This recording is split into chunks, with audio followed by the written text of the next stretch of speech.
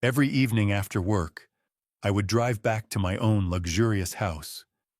But one night, the company's janitor grabbed me in the parking garage and said in a trembling voice, "Don't go home tonight." I asked why, thinking he was joking. But then he said 5 words that nearly made me faint on the spot.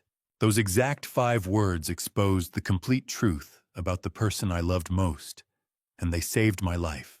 Hello everyone, welcome to today's story. Leave a comment and tell me where you're watching from. If a janitor suddenly stopped you and said, "Don't go home tonight," would you believe him or ignore it? Don't forget to like and subscribe. Note, this is a fictional story with meaningful insights. The elevator doors hissed open, and the freezing Chicago wind slapped me across the face, smelling of wet concrete and exhaust. Carl Morgan, the 61-year-old CEO of Morgan Logistics, stepped out of the glass-walled elevator, my tailored coat, barely shielding me from the biting Chicago wind. It had been a grueling 14-hour day, the kind that makes the joints ache and the mind wander toward the quiet comforts of a home I barely occupied. My footsteps echoed off the concrete pillars of the executive parking garage, a hollow rhythmic sound that seemed to mock the vastness of the empire I had spent decades building. The fluorescent lights overhead flickered with a tired industrial buzz, casting long, jagged shadows across the polished hood of my sedan. I paused for a moment, letting the silence settle around me. Just another night in the empire I built, I thought, adjusting my scarf. I was too old for these double shifts, but the logistics business waited for no one, not even the man whose name was etched in marble in the lobby 50 stories above. The air was thick with the scent of stale diesel fumes, a sharp contrast to the filtered cedar-scented oxygen of my office. I reached for my keys, the metal cold against my skin, and that was when the silence of the garage shifted. It wasn't a sound, but a presence, a ripple in the stillness that made the hair on my neck stand up. A shadow detached itself from the concrete supports near the ramp. I froze my hand, hovering over the door handle. Otis Henderson, 63, the head janitor whose face usually blended into the company's background, stood trembling in the shadows, his coveralls stained with sweat and urgency. When was the last time a man who cleans your floors risked his pension to grab you by the throat? Before I could ask what he was doing in the executive zone, Otis lunged forward. His calloused, grease-stained hands didn't go for my wallet. They gripped the thick wool of my coat with a desperation that nearly knocked me off balance. "Mr. Morgan, please." He rasped, his breath coming in ragged, terrified plumes. "Don't start the car. I've been waiting 2 hours to catch you alone." His eyes were wide, darting toward the black lenses of the security cameras, as if they were predatory birds. I tried to pull back my heart, hammering against my ribs, but his grip was like iron. "Otis, what is this?" I demanded, my voice cracking with a mixture of confusion and burgeoning panic. He leaned in, his face inches from mine, and the smell of industrial soap and raw fear was overwhelming. He didn't care about the protocol he was shattering, or the fact that he was physically restraining his employer. "It's about Pierce," he whispered, the name hitting me like a physical blow. "Your son." The mention of my boy, the son I hadn't spoken to in 6 long years, turned my blood to ice. My mind raced through 1,000 memories of a house once full of laughter and a relationship that had turned to ash. 6 years of silence, and it ends with a death sentence. Otis gripped my arm tighter, his voice a frantic hiss. "Don't go home tonight, Carl. If you go home, you won't see tomorrow."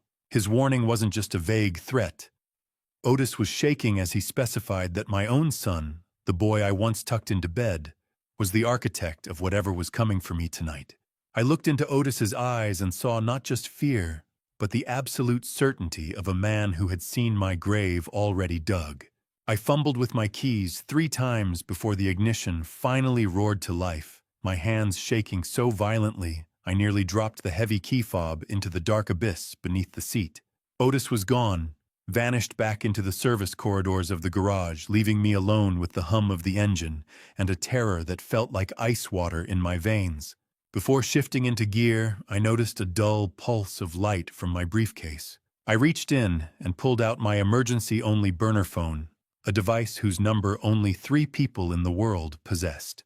There was a single missed call from an unknown number time-stamped, just minutes before Otis had physically blocked my path. The coincidence made my skin crawl. I sat there for a moment, my breath fogging the windshield, debating whether to call the police or dismiss the warning as the delusions of an overworked janitor. "It's just a janitor's tall tale, isn't it?" I whispered to the empty cabin. But he knew Pierce's name. How could he possibly know about a son I've treated like a buried secret for 6 years? Paranoia began to bleed into the edges of my vision. I checked the rearview mirror every few seconds, suddenly convinced that every concrete pillar in the garage hid a threat. Every shadow a messenger sent by the son I hadn't seen since our world shattered in 2018. I couldn't go home.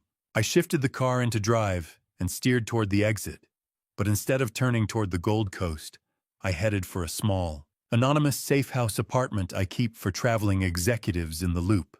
Fear is a parasite. It doesn't just eat your peace, it hollows out your logic until you're nothing but a shell of the man you used to be. As I navigated Lower Wacker Drive, the vibration of the steering wheel against my numb fingers felt like a death rattle. I pulled over a few blocks from the safe house, checking my personal phone for the 10th time.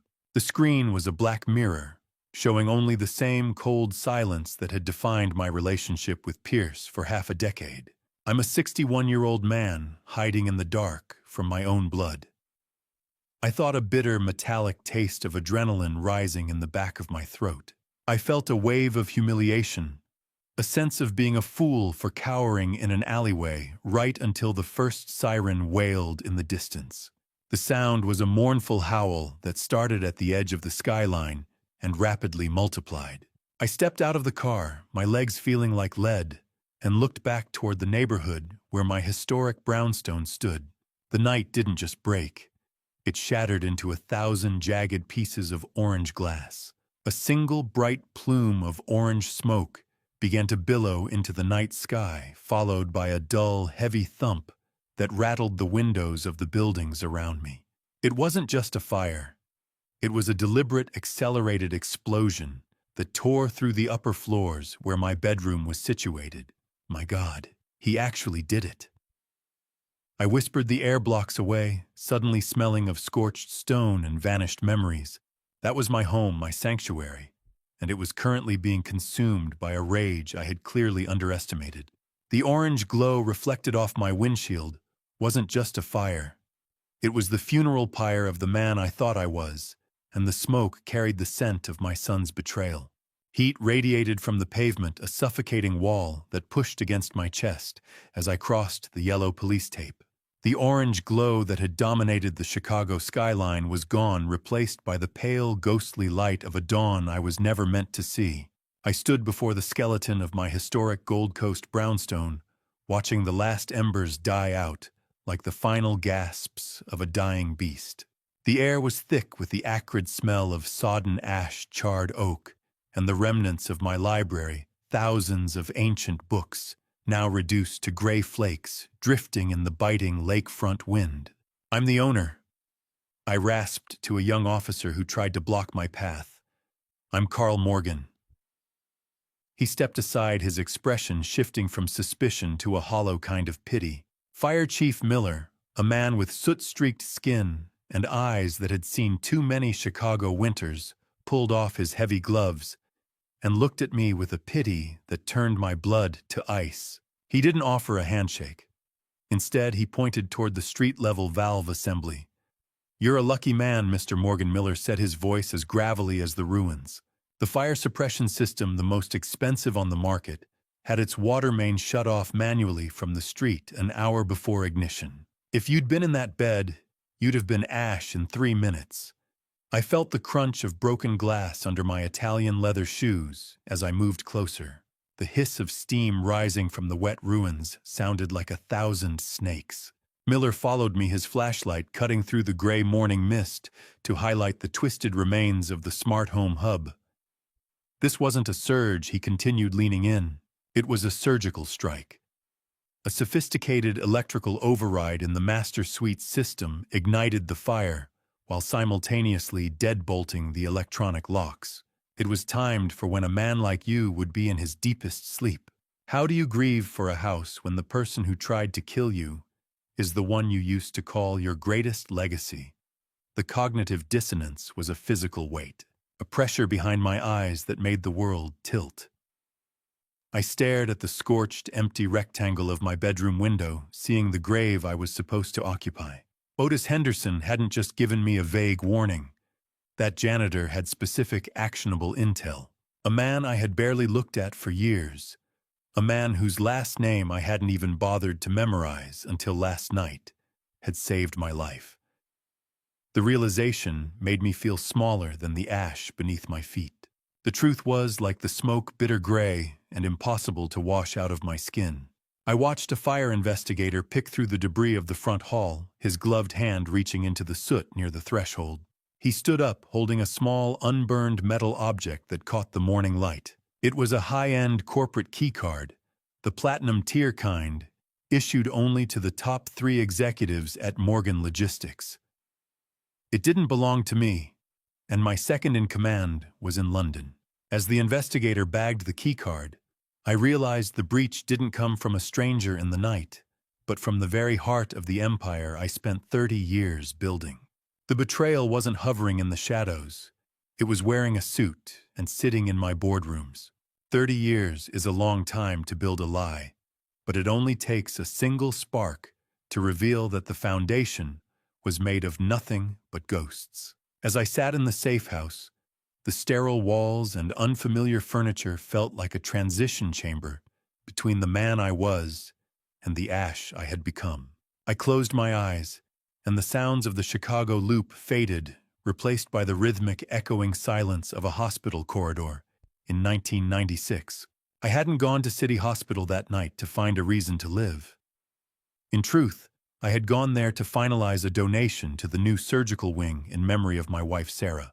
The silence of the 4th floor was supposed to be my only companion, a sterile vacuum that mirrored the hollowness in my chest. I didn't just stumble upon the infant. Looking back, I realized I had been subconsciously searching for a way to replace the family I had just buried, making what happened next an act of survival for myself as much as the child.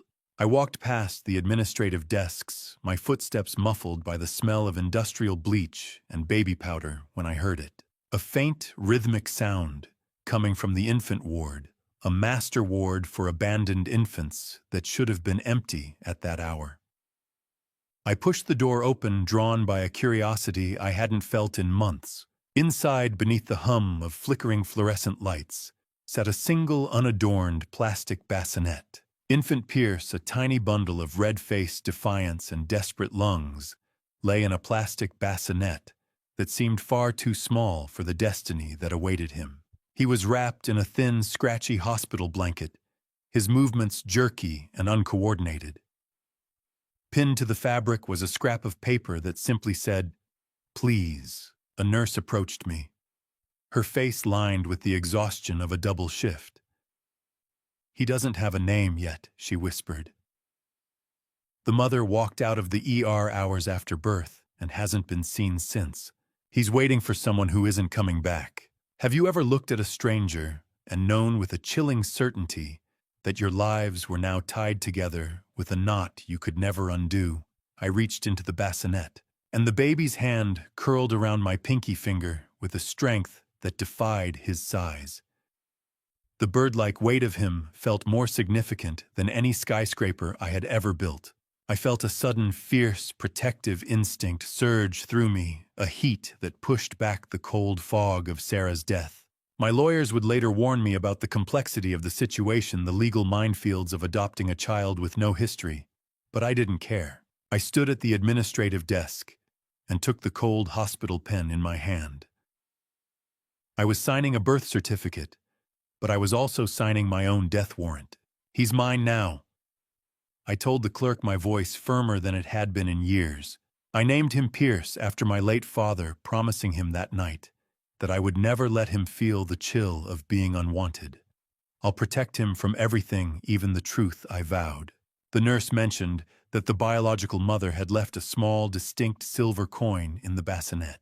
I tucked it away into my pocket, a tiny secret I never showed Pierce, never realizing that it would one day become a weapon for a woman named Leonie. I walked out of that hospital with a son in my arms, never realizing I had just invited the architect of my own destruction into my heart. I slammed my hand onto the mahogany table, the sound echoing like a gunshot through the executive suite. But the blood-red rage in Pierce's eyes didn't flinch. The wistful memories of the hospital ward evaporated, replaced by the suffocating reality of November 2018. We were in the Morgan Logistics boardroom, a place of glass and steel that I had built for him, yet it felt like a cage for us both. I could smell the expensive leather and the bitterness of stale coffee lingering in the air. Pierce stood at the head of the table, presenting a high-risk expansion plan into the crypto-logistics sector with a fervor that bordered on mania. I watched the board members' sharks in tailored suits circling him. I recognized the trap immediately. They wanted this project to fail so they could trigger a clause to strip him of his future voting rights. Brent Rivera, my oldest friend and CFO, sat to my left.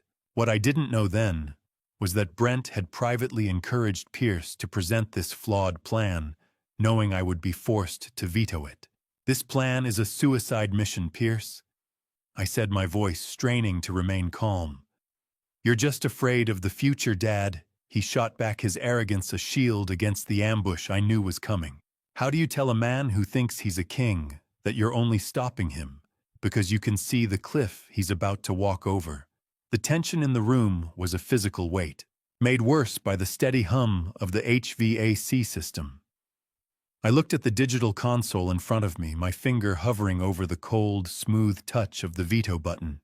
To save him from professional execution, I used my majority stake to kill the project right there in front of the people he most wanted to impress. The humiliation was instant.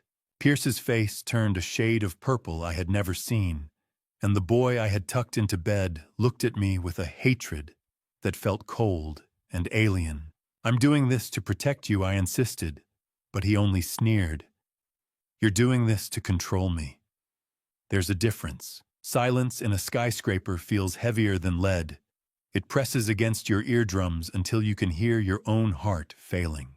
We retreated to my private office, the setting sun reflecting off the polished mahogany desk in a blinding glare.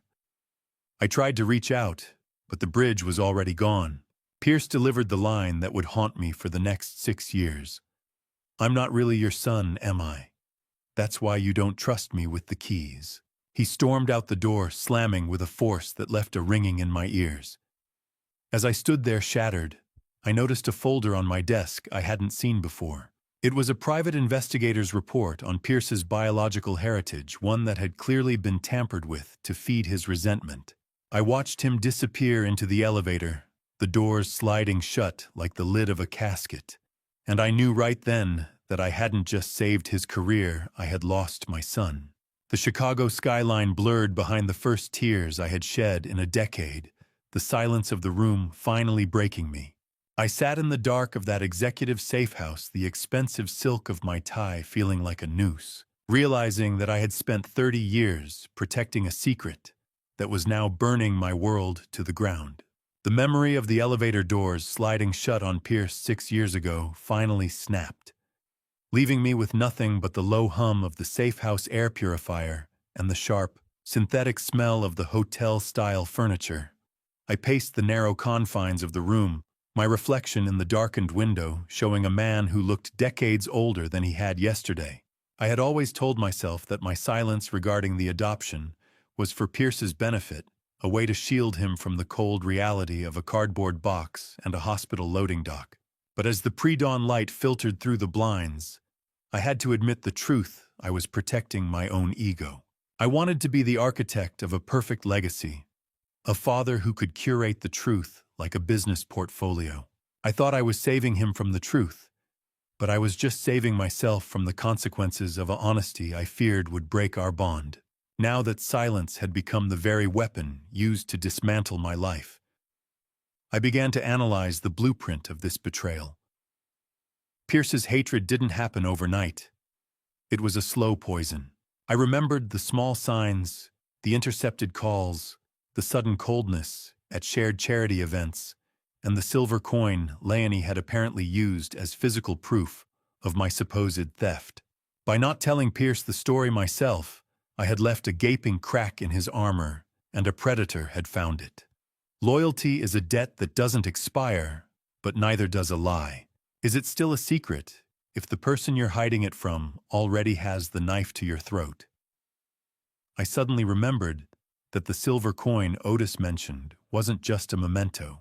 It was the physical key to a private high-security vault I hadn't opened in years, a small compartment in my office that held the original unredacted police report from 1996. If Leonie had that coin, she had the truth, or at least her twisted version of it. I reached for my coat, determined to find Otis at the headquarters and demand the rest of the story. My hands were halfway into the sleeves when a rhythmic vibration on the glass table made me jump. My smartphone screen was cold and smooth as I swiped it open.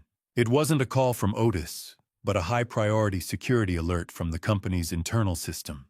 The message flashed red, a warning that made my heart hammer against my ribs. Unauthorized access detected, executive level 40. The shadows in this room aren't hiding monsters. They're hiding memories. I stared at the data feed in disbelief. Someone was accessing the executive restroom vent from the outside, bypassing the primary thermal sensors. The security log indicated that the login used to trigger the biometric override belonged to Otis Henderson. My mind recoiled at the technical impossibility. Otis was a janitor. He shouldn't have even known those sensors existed, let alone possessed the clearance to bypass a level 40 biometric lock. "Otis, what are you doing?" I whispered to the empty room. I stared at the blinking red alert on my screen, knowing that Otis Henderson was either the only man trying to save me or the one finishing what my son had started. I didn't take the elevator this time. I took the service stairs, my lungs burning as I raced to the 40th floor to find the man who held the keys to my execution. The squeak of my car tires in the garage below still echoed in my mind, a frantic reminder that the sanctuary of my office had been breached. I reached the executive level, panting, the hallway eerily quiet in the pre-dawn light. I didn't go to my desk. I went straight to the source of the security alert. I found Otis Henderson in the executive restroom, but he wasn't cleaning. He was standing on a stepladder, a heavy vent cover gripped in his calloused hands. The smell of lemon-scented disinfectant was thick, cloying in the stagnant air. "Explain yourself, Otis." Now I demanded, my voice trembling with a cocktail of adrenaline and suspicion. I wanted to know how he had bypassed the biometric sensors I had paid millions to install. He didn't flinch. He just climbed down his work gloves, looking cold and damp against the polished tile. "I didn't break in, Mr. Morgan. The sensors weren't bypassed because they were already dead." He explained that Brent Rivera, my oldest friend and CFO, had permanently disabled them a week ago under the guise of an emergency maintenance update. The door was left unlocked from the inside for anyone who knew which handle to turn. Otis looked at me, his eyes hollow and weary. A son's love shouldn't have a price tag, but mine was apparently worth exactly $5 million. He told me that 3 days ago, while he was scrubbing the floors in the late hours, he had heard voices drifting through the shared ventilation shaft that connects this room to Pierce's private office. He had climbed the ladder not out of curiosity, but out of a sudden instinctive fear. He heard Pierce speaking to a woman he called Leonie, their voices echoing with a clarity that made my stomach turn. They were detailing the plan to override the Brownstone's smart system, calculating the exact moment to trigger the master suite fire, so I would be trapped behind dead-bolted doors. "He called her Mom Otis," whispered the metallic clang of the vent cover hitting the floor, puncturing the silence. But he didn't sound like a son. He sounded like a business partner. They laughed about the insurance, sir. $5 million for a tragic electrical failure. I felt the sound of blood rushing in my ears, a deafening roar that made the room tilt. I pressed him on why he hadn't come to me sooner, why he had waited until I was walking to my car. The truth isn't a light. It's a blade that cuts away everything you thought you knew until you're standing naked in the dark. Otis told me he had seen Pierce meeting with Brent Rivera in the shadows of the garage, exchanging a keycard, my spare keycard. He realized the entire hierarchy of the company I built was compromised. "I'm just a janitor," he said, his voice cracking. "Who would have believed me if you were already dead?" He reached into the pocket of his coveralls and produced a small black digital device. He hadn't just overheard the conversation. He had been smart enough to record it. Otis handed me the small black device, his eyes pleading for me to listen. And as I pressed play, I heard my son's voice speak the one word that turned my heart to stone. The voice coming from the tiny speaker didn't belong to the toddler I had taught to ride a bike.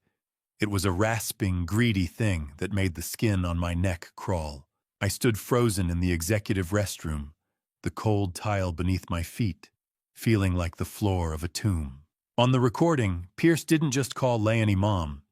He called her partner, his tone clinical, as they discussed the split of a $5 million insurance payout. "I want it done tonight, Leonie." My son's voice crackled, distorted and tinny through the cheap plastic device. "He won't even feel the heat. It's not murder if it looks like old wiring."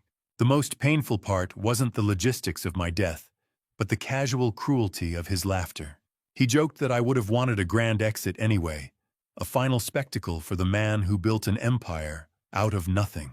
I felt a cold sweat break out under my starched collar, the moisture making the fabric cling to my spine like a shroud. Otis Henderson watched my face crumble, his own expression, a mask of somber pity, as he witnessed the destruction of the man he served. I leaned against the marble counter, the industrial hum of the building suddenly sounding like a countdown. A numbing devastation washed over me, followed quickly by a visceral disgust that tasted like copper in the back of my throat. I realized then that I couldn't call my own head of security. If Brent Rivera, the man I'd shared 1,000 boardrooms and even more secrets with, was the one who handed over the spare keycard, then the entire internal system was compromised. Have you ever looked at the walls you built and realized they were designed to be your tomb? Every smart lock and high-definition camera in the hallway felt like an eye and an ear belonging to the enemy. I looked at Otis, the only person in this sprawling glass fortress I could still trust. "Go back to your root, Otis," I whispered, my voice sounding like it belonged to someone else. "Don't look at the cameras. Keep that recorder hidden. We are the only two people in this building who aren't compromised." I took the service elevator toward the basement, avoiding the main lobby where my usual security detail waited to greet me with practiced smiles. The industrial hum of the elevator felt like a funeral dirge as I descended. For the first time in 30 years, the company I built felt like a cage. I stepped out onto Wacker Drive, the gray Chicago morning greeting me with a blast of damp pavement and exhaust. My Italian loafers clicked on the wet sidewalk, a lonely sound against the awakening city. The city didn't wake up today. It just stopped pretending to be asleep. I realized that I had built these walls to keep the world out, but now they were only serving to keep me in. I headed for the one place where my status as a CEO didn't mean a thing, the precinct. As I reached the corner, I glanced back at the garage entrance. My heart stopped as I saw Brent Rivera's sleek black car pull into the private ramp an hour earlier than usual. My window of escape had been smaller than I thought, a thin sliver of luck in a world that had suddenly turned predatory.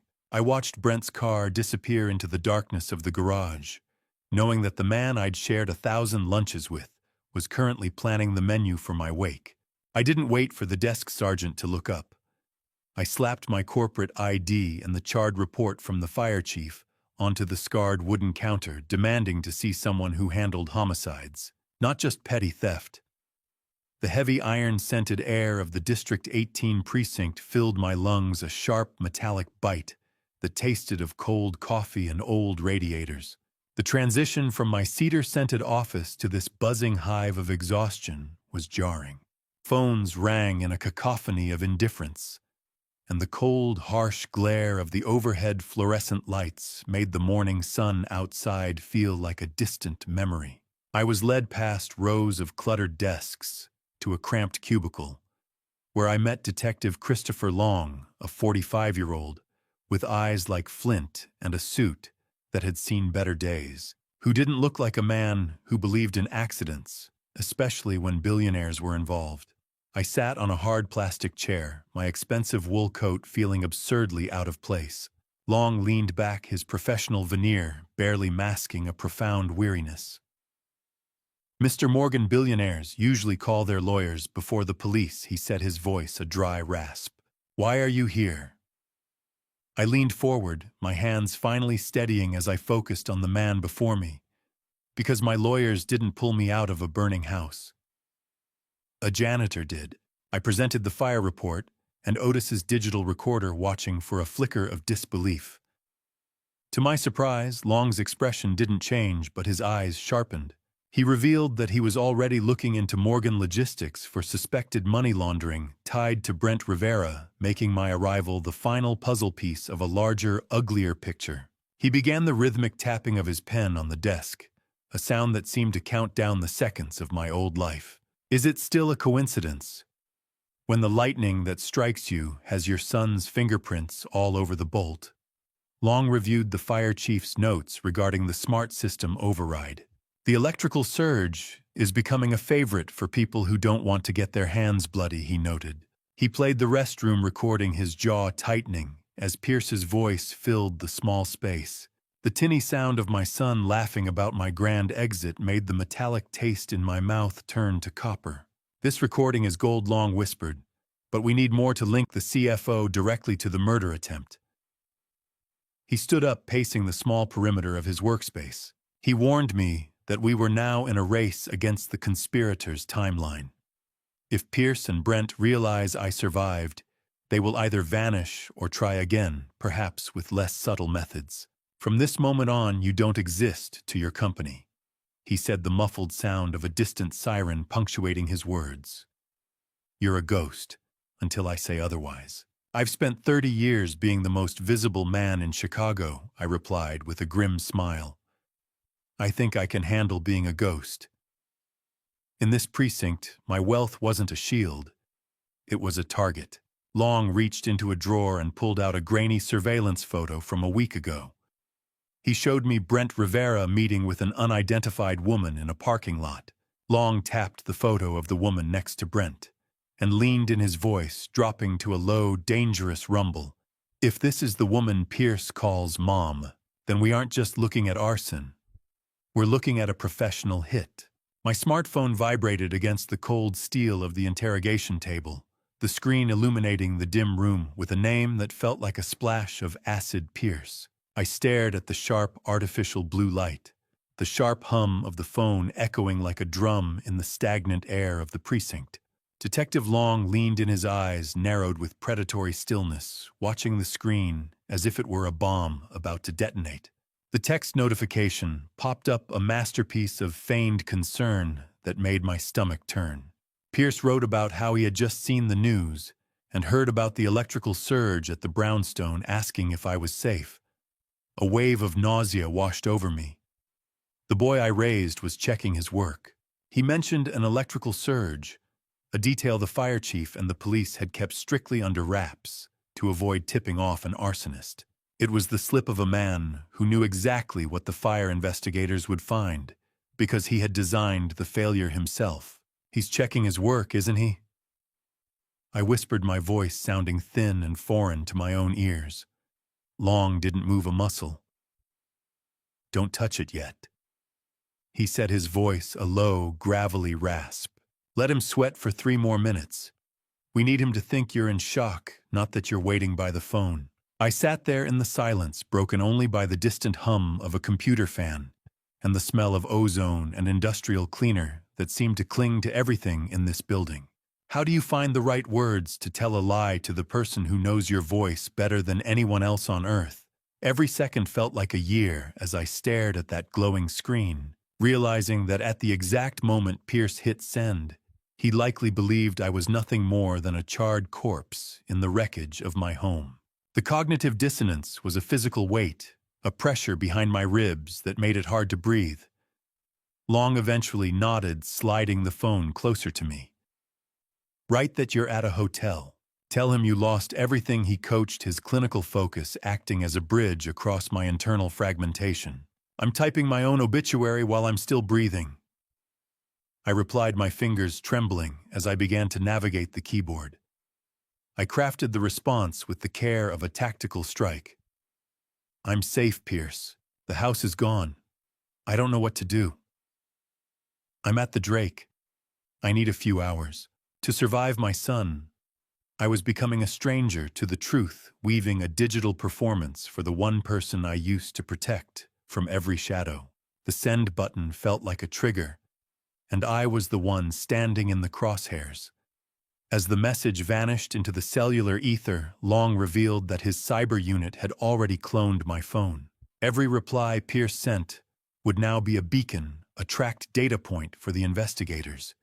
Within seconds, the 3 small, typing bubbles appeared on the screen, dancing like a frantic heartbeat. "He's coming for the inheritance, isn't he?" I asked, looking at the detective. Long shook his head slowly. "He's coming for the finish, Carl. We just gave him the map." The bubbles on the screen continued their jittery dance, and for a split second, I wondered if Pierce could hear my own heart pounding through the digital signal, sensing the ghost I had become. The steady rhythmic ticking of a clock on the precinct wall filled the silence as minutes felt like hours. I sat in that dim interview room, the ghost of my son's digital presence still vibrating in the air. How much is a father's life worth when the man holding the ledger is drowning in his own mistakes? Detective Long didn't wait for my answer. He began diving into the financial rot of Pierce Morgan's bank accounts, the dry rustle of bank statements sounding like a slow-motion collapse. He pulled up a series of red-flagged transactions on the glowing clinical blue of his computer monitor. The bank records showed that some of the gambling debts were co-signed by an unknown business associate, suggesting Pierce wasn't just alone in his addiction. He was being enabled by someone close to the company. My heart sank as the scrolling lines of code and currency revealed a double life I had completely missed. Pierce had been bleeding his trust fund dry for 3 years to fuel a spiraling high-stakes gambling addiction. The numbers were staggering, showing a consistent hemorrhage of cash to offshore sportsbooks and local underground card games. He didn't just spend the money. Carl Long said, his voice cutting through the heavy, weighted silence. He gambled away the foundation of his entire life. 750,000. That's not a debt. That's a death sentence. Money is the root of all evil, but debt is the fertilizer that makes it grow. I felt a crushing disappointment, a physical weight in my chest, as I realized my son had been underwater for a long time. Long then highlighted a specific wire transfer made 3 weeks ago, $50,000. Sent to a man named Silas Ward. My breath hitched in my throat as I recognized the name. Silas Ward. I saved that man's career 12 years ago when he was accused of theft. I whispered, the smell of stale coffee and ink in the precinct suddenly feeling suffocating. Long looked at me with those flint-like eyes. "He wasn't buying a career this time, Carl. He was buying a hitman. The timing of this payment perfectly aligned with the purchase of the specialized equipment used to bypass my smart home security system." The sense of double betrayal was a cold sensation that spread from my stomach to my limbs. The bank statements read like an autopsy report for my son's integrity. I looked at the paperwork for my own $5 million life insurance policy, now sitting on Long's desk as evidence. I had wanted him to have everything to be secure if I ever passed. Greed doesn't want everything eventually. Long reminded me softly. It wants it now. I stared at my own signature on that document, feeling as though I'd written my own death warrant decades ago. Then a final detail appeared on the screen that made my blood turn to ice. Silas Ward had been recently rehired by Pierce at a subsidiary company, just 2 months before the fire, placing the hitman directly on the company payroll under my own nose. I looked at Silas Ward's address on the screen and realized that the man I'd helped stay out of prison was currently the only one who could tell me where my son was hiding. Gratitude is supposed to be a lifetime bond, a shield against the darker impulses of the soul, but looking at Silas Ward's name, I realized that for $50,000, even a saved soul has an expiration date. I stared at the clinical light of the precinct monitor, my mind slipping back into the yellowed edges of 2012. Silas Ward, 35, appeared in the old warehouse photo with a hollowed-out look of desperation that I had once mistaken for simple gratitude. I remembered the smell of damp cardboard in the warehouse memory, a cold, sterile office where I had found him trembling. He had been a low-level manager back then, framed for a massive embezzlement charge. I had spent a week personally digging through the ledgers until I produced the evidence of the real culprit. I won't let an innocent man rot for a bookkeeper's greed, Silas, I had told him, as he wept with relief. I owe you my life, Mr. Morgan, he had whispered. I'll never forget this. I had even written a glowing recommendation letter that secured him a second chance at a logistics firm. Now looking at the screen, a nauseating clarity hit me. I recalled that the firm where I sent that letter was actually owned by Brent Rivera's brother. I had unwittingly built a hidden bridge between my CFO and a man who felt he owed me a life debt he was now paying back in blood. I looked at Detective Long, the rhythmic clicking of his keyboard, the only sound in the heavy silence. Pierce knew Silas. I explained, my chest tightening. They used to play catch in the company parking lot when Pierce was a teenager. Pierce didn't just hire a professional. He weaponized a man he once called Uncle Silas. He turned an old act of mercy into a surgical instrument for my murder. If the man who owes you everything is the one holding the match, what hope is there for the rest of the world?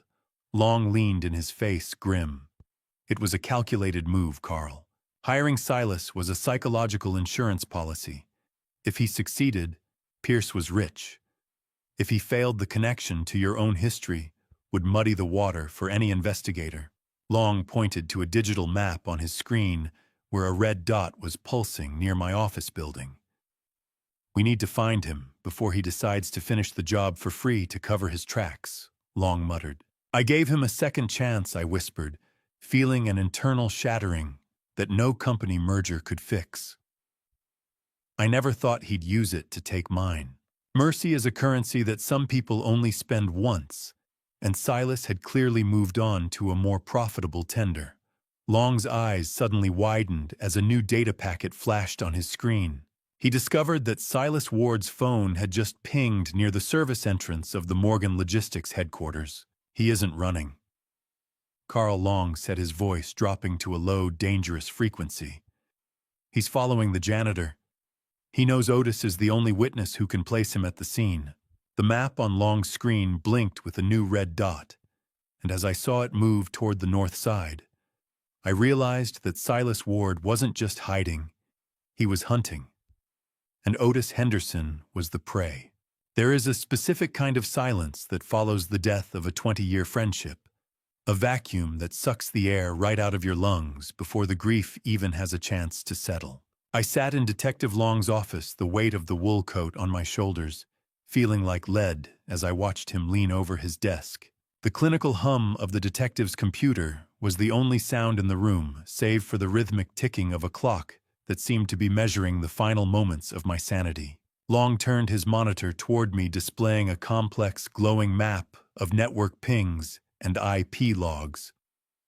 The bright, jagged lines of the network map on the screen looked like a nervous system under stress.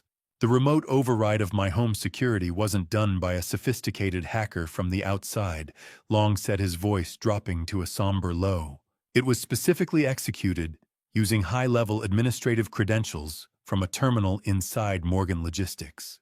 The forensic audit showed that the security override didn't just turn off the cameras, it specifically reprogrammed the smart locks to trap me inside my bedroom, turning my luxury home into a furnace. This wasn't a brute force attack, Carl. Someone used a master key. Analytical dread began to pool in my stomach as I stared at the data. Long highlighted the specific terminal ID used for the breach terminal CFO-01. My vision blurred. That was the private encrypted computer in Brent Rivera's office. I looked at the logs showing the terminal was active at 11:15 p.m. on the night of the fire, the exact moment my sanctuary became a tomb. Brent. "No, that's impossible," I whispered, smelling the faint metallic scent of cold, stale coffee. "We've been partners for 2 decades. "The logs don't lie," Carl Long replied. "He was in his office while you were supposed to be burning. If you can't trust the man who knows your passwords, who on this earth can you trust with your life?" The rejection of the truth was visceral, a physical nausea that made the room tilt. I leaned back, my mind racing through thousands of hours spent with Brent. Weddings we celebrated, funerals where we leaned on each other the very day Pierce was born. The man I called brother was the one who handed my son the gasoline. I had given him everything. I even gave him a seat at my own table. I muttered the words, tasting like copper. Long looked at me with a grim sympathy. He didn't want a seat, Carl. He wanted the table. Absolute devastation began to solidify into a cold, emerging rage. Loyalty is a shadow. It's only there when the sun is shining, and Brent had clearly decided my sun had set. But the final blow was yet to come. The forensic audit revealed that Brent had been funneling small, untraceable amounts of company capital into Pierce's gambling accounts for over a year, long before the hit was ever planned. He hadn't just joined the conspiracy. He had cultivated the desperation that made it possible. Long slid another document across the desk, the paper making a dry, rasping sound against the wood. "Brent Rivera owes $200,000 to the same loan shark syndicate that has your son by the throat." Long set his finger, tapping the highlighted figure. "He promised Pierce that once you were gone, they'd use your life insurance to clear both their debts and split the remainder." It was never about the company, Carl. It was about survival. 2 men drowning, and you were the life raft they decided to sink. I looked at the glowing green cursor on the screen and realized that Brent Rivera hadn't just betrayed me. He had spent years grooming my son to be the weapon that finished me. The reflection of my face in the polished glass of the Morgan Logistics elevator was that of a stranger, a man carved from ice and shadow. I smoothed the front of my suit, feeling the concealed digital recorder Long had given me press against my ribs like a cold, accusing finger. Every floor the elevator ascended felt like a deeper descent into a world that had been hollowed out from within. When the doors slid open to the lobby, the air felt thin, stripped of the filtered cedar scent I used to find comforting. I walked through the glass and steel lobby, receiving sympathetic looks from employees who moved like ghosts in the morning light. They offered soft, practiced condolences, thinking I had lost everything to an accidental surge of electricity. "Good morning, Mr. Morgan," a receptionist whispered, her eyes shiny with pity. "We're so sorry about your home." "Thank you," I replied, my voice a steady, hollow chime. "Brick and mortar can be replaced. People can't." I maintained the mask of a shaken survivor, but internally I was a predator measuring the distance to the throat. Brent Rivera was already in the boardroom, wearing the gold watch I had given him for our 10th anniversary. The sun caught the metal, making it look like a trophy of his betrayal. He lunged toward me with a staged, effusive greeting, his voice booming with a counterfeit relief that made my skin crawl. "Thank God you're safe." "We were worried sick," he said, gripping my hand. I watched his pupils dilate as he looked into my eyes, searching for a spark of suspicion. "I'm a hard man to get rid of, Brent. You know that better than anyone." Watching him was like looking at a fractured mirror. The more he tried to hold the pieces together, the more the jagged edges showed. He sat down, the squeak of his expensive leather chair sounding like a confession. Despite the aggressive air conditioning, a fine sheen of sweat had formed on his upper lip. We began the morning briefing, the Chicago skyline, reflecting off the polished mahogany table, like a deceptive promise of stability.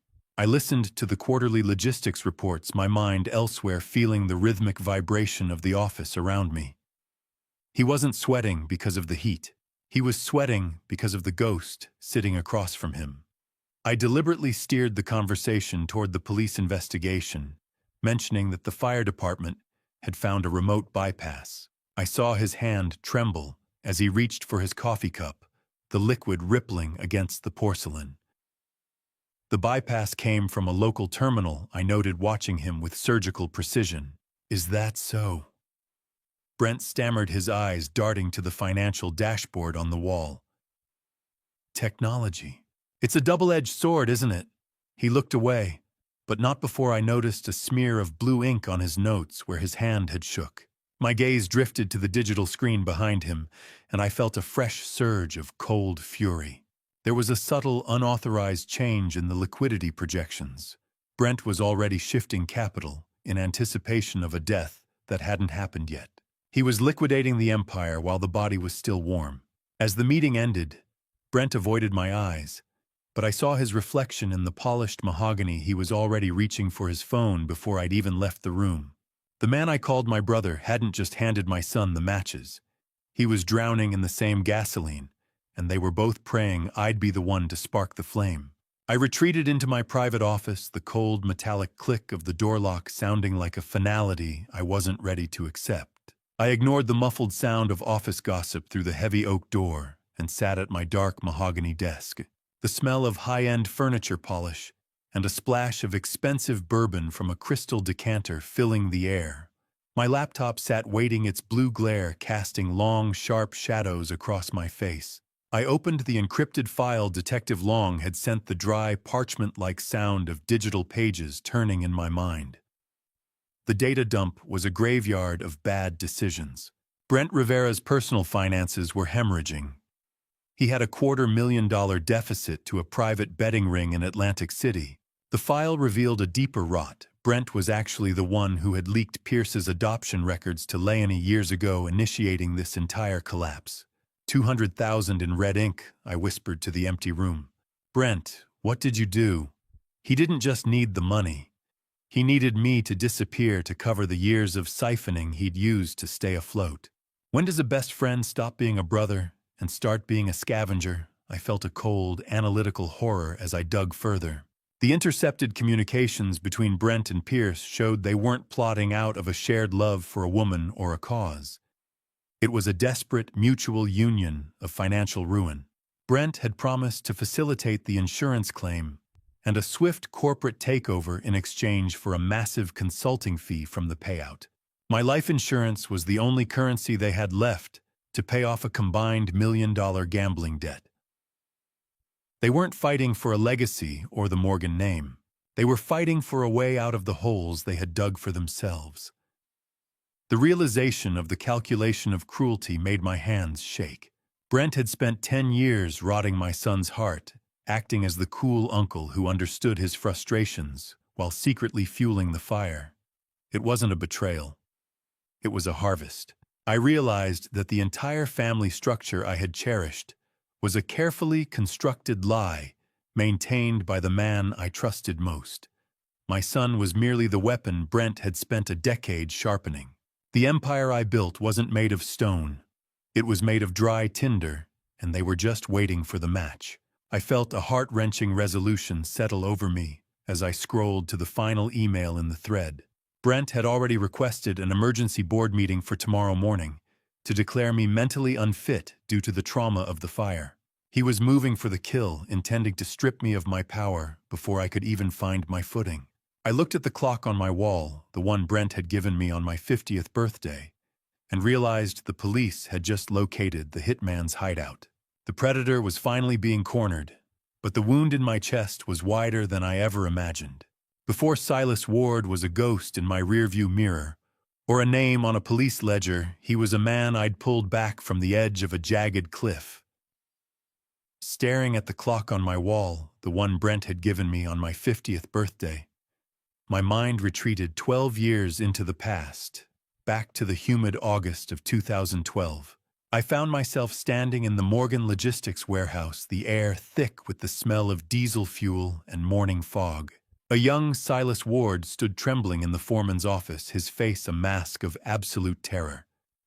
He had been accused of embezzling $40,000 from the shipping accounts. The evidence presented by Greg, the warehouse manager, looked airtight, a series of damning digital pings that pointed straight to Silas's terminal. "I didn't take a dime, mister," Morgan Silas had whispered, his voice cracking with desperation. "I swear it on my mother's name. The numbers don't lie, Silas." I replied, my voice calm but heavy with the weight of the moment. But sometimes people make the numbers say what they want. What I didn't realize until now was that Greg was a distant cousin of Brent Rivera. The rot in my empire had begun long before I noticed the stench. I halted the arrest, ignoring Greg's demands for a police escort, and locked myself in the main office for a midnight audit. The rhythmic hum of a vintage industrial fan was the only thing that kept me company as I worked under the cold, harsh glare of a single desk lamp. Silence is the loudest sound in an empty warehouse, especially when you are hunting for a thief. I spent the night fueled by lukewarm coffee, sifting through the layers of encrypted data. Around 3 a.m, I found it.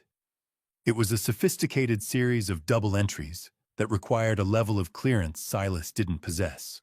Greg had been sloppy, leaving a digital fingerprint that revealed a systematic frame-up designed to cover his own gambling-related deficit. Have you ever wondered if the hand you reach out to save someone is the same one that will eventually hand them the knife? As dawn broke over the shipping yard, painting the sky in bruises of purple and gray, I called Silas back in. The weight of a heavy brass paperweight on my desk felt significant as I pushed the cleared audit toward him. "You're not going to jail, Silas," I said, the scratch of my ballpoint pen on a commendation letter sounding like a pardon. "You're going to work." I promoted him to the security division that morning, unaware that I was giving him the very clearance codes he would eventually use to bypass my home's defenses. "I owe you my life, sir," he told me, his eyes wet with profound relief. "If you ever need me for anything at all, just ask." Integrity isn't just about doing the right thing. It's about surviving the fallout. I watched him leave, feeling the pride of a man who had saved a soul. I looked at Silas's letter of recommendation sitting in the police file and realized that by saving his future 12 years ago, I had inadvertently provided the blueprints for my own murder. The rhythmic thrum of rain against glass was the only thing grounding me as I stood behind the one-way mirror. The metal chair screeched against the linoleum as Silas Ward collapsed into it, his face the color of damp ash and his eyes refusing to meet mine through the one-way glass. I stood in the dark observation room, the smell of damp wool and precinct floor wax clinging to my senses, while my own hands vibrated against the cold metal observation rail. Detective Long entered the room with a clinical stride and placed the $50,000 wire transfer receipt on the table. Silas didn't even try to lie. He began to sob immediately, a sound of pure, exhausted terror that filled the small space. He revealed that Pierce hadn't just blackmailed him.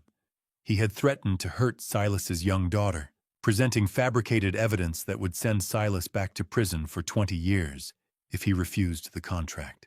He said he'd make me a ghost if I didn't help him make you one. Silas gasped, his red, swollen eyes fixed on the tabletop. "I didn't want the money, detective. I wanted my life back. I wanted to keep my little girl safe from the monster your son has become." I watched as the cold, metallic click of handcuffs being removed punctuated his words, a small mercy from Long. Silas wiped his face, his voice trembling as he explained the tactical sabotage of the fire. He had disabled the security, yes, but he had purposely bypassed the primary gas line override. He used a low-temperature accelerant for the electrical surge, knowing it would produce a massive amount of smoke for 10 minutes before the flames ever reached my master suite. "Is it possible for a man to be both your executioner and your guardian angel at the exact same time?" I rigged it. "To fail," Sir Silas cried, looking toward the glass as if he could see my soul through the mirror. It was a theater of death, not a hit. I couldn't kill the man who gave me my name back in 2012. I needed it to look real enough to keep my daughter safe, but I needed you to wake up. His words were a confession, but they felt like a lifeline being thrown into my own private ocean of grief. Silas revealed a further layer of the plan. He was the one who left the executive restroom door unlocked for Otis. He knew the janitor was a man of habit and integrity, someone who would overhear the final coordination call and act as my shield. He was too afraid of his own parole to go to the police, so he weaponized the only honest man in the building to save me. "Mr. Morgan, I'm sorry," he whispered, sensing my presence. "I was trapped between two fathers, and I tried to save us both." But the final revelation was a cold needle to the heart. Silas admitted that the actual electrical surge was triggered by a device Brent Rivera had installed weeks earlier. The CFO wasn't just a bystander. He was the primary technical architect. I turned away from the glass, my heart hammering against my ribs, and looked at Long. "If Silas rigged the fire to fail," I whispered, "then who was the one who called my burner phone right before the explosion?" The flickering, fluorescent light of the precinct hallway cast jittery shadows against the linoleum as I walked back toward Long's desk, my mind reeling from Silas's confession. Is it possible for a seed of kindness planted 5 years ago in a desperate break room to grow into the very wall that stops a hitman's bullet? I saw Otis Henderson sitting on a wooden bench in the lobby, his posture slumped and his work-worn hands clasped tightly. The sight of him triggered a vivid memory from the spring of 2019. I had found Otis weeping in the company break room, after hours, the clinical white of the room feeling cold and unforgiving. His son had been diagnosed with aggressive leukemia, and the mounting medical bills were about to cost them their home. "My son is dying because I can't afford a doctor, Mr. Morgan," he had sobbed, his voice sounding utterly broken. "Not on my watch." "Otis," I told him, writing a check that covered the entire treatment and secured the best specialists in Chicago. "Consider the bills settled. Just keep it between us." Back in the present, Otis looked up as I approached, the blue light of the burner phone reflecting in my eyes. He admitted he was the mystery caller. Otis revealed that his son, now healthy, actually works in the Morgan Logistics IT department and was the one who secretly flagged the biometric override for his father, allowing Otis to dig deeper into the executive levels. "I had to be sure you heard me," Sir Otis whispered, his rough fingers trembling with a mixture of fatigue and adrenaline. "I risked everything to find that emergency number in the company directory. I owed you my son's life, and I wasn't going to let them take yours while I still had breath in my body. In the end, it wasn't my security team that saved me. It was a check I forgot I ever wrote. Kindness isn't a business transaction." "Otis," I said, my voice thick with emotion, "but it seems you've paid me back with interest." I realized the symmetry of my survival. Silas sabotaged the fire because I saved his career, and Otis provided the final warning because I saved his family. I looked at these two men and realized they were more my family than the son currently plotting my death. I built an empire out of steel and glass, but it was a few pieces of paper and a little mercy that actually kept me alive. Loyalty is a boomerang. You throw it out into the world and hope it doesn't hit you in the back when it returns. Detective Long looked up from his terminal, the rhythmic tapping of raindrops against the precinct windows providing a somber backbeat to his announcement. He discovered that the burner phone call was actually recorded by the service provider, capturing the exact moment the fire was remotely ignited by Brent's terminal. "We have enough now," Carl Long said, his eyes hard and full of professional resolve. "Let's bring them down." I looked at the digital recording. Long was holding the final piece of the puzzle, and knew that by tomorrow morning, the woman Pierce called Mom would finally show her true face. The truth was coming for Leonie Gonzalez, and I was going to be the one to hand it to her. I thought I knew what a monster looked like. But as Long slid the first black and white mugshot across the table, I realized I'd been looking for a beast when I should have been looking for a ghost with a charming smile. The precinct records room was dim, smelling of old paper and dust, that had settled over decades of human failure. Leonie Gonzalez, 52, looked out from the mugshot with high cheekbones and eyes that were cold, empty voids where a soul should have been. Long revealed that she had used over 12 aliases in 20 years, and her real name, the one on Pierce's original abandoned birth record, was actually Leonie Rivera. The name hit me like a physical blow. She isn't just a woman who fell on hard times, Carl Long said, his voice flat as he pointed to her comprehensive criminal history. She's a professional grifter with a trail of miraculous reunions across 3 states. She doesn't have a maternal instinct. She has a business model. She waited 30 years for your trust fund to mature. Disgust and mounting horror pooled in my stomach as Long explained how she uses ancestry websites to track down children she abandoned, specifically targeting those adopted into wealth. How do you compete with a lie that promises a son the one thing he thinks he's missing? A reason to hate the man who loved him. I viewed the archived messages she had sent to Pierce. They were masterclasses in psychological warfare, alternating between weeping apologies for giving him up and venomous lies claiming I had stolen him through a corrupt legal system. Your father didn't save you, Pierce. He bought you one message, read the grainy, pixelated screenshot burning into my retinas. He's keeping your inheritance in a cage. Don't you want to be free? I watched the digital progression of my son's descent from skepticism to murderous rage as she isolated him from me. The ticking of an old analog clock on the wall seemed to count the beats of my breaking heart. Long then revealed the most chilling detail. Leonie had successfully extorted a family in Ohio 5 years ago, using the exact same playbook. But the target died of a heart attack before testimony could be given. She's a harvester, Carl. She plants the seeds of doubt and waits for the insurance to bloom. She didn't just find my son. I whispered the bitter taste of lukewarm coffee lingering on my tongue. She manufactured a killer. She wasn't a mother. She was an infection. My eyes scanned the final pages of the dossier, and my breath hitched. I discovered a hidden transaction. Leonie didn't just stumble upon Pierce. She had been hired by Brent Rivera to initiate the contact. My best friend hadn't just stood by. He was the one who reached into the past and pulled this devil into our lives. I looked at the grainy photo of Leonie and Brent together at a roadside diner and realized that my best friend hadn't just betrayed me. He had sold my son's soul to a devil he'd known since childhood. The betrayal wasn't a sudden spark. It was a long, cold burn orchestrated by the people I trusted most in this world.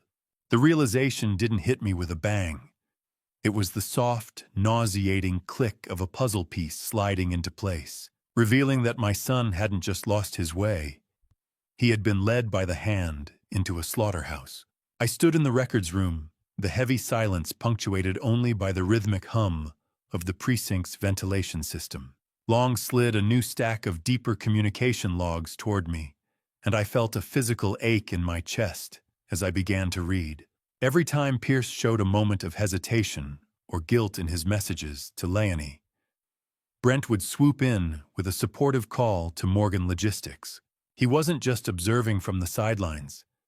He was actively managing my son's emotional instability. Brent knew every trigger and every insecurity Pierce had.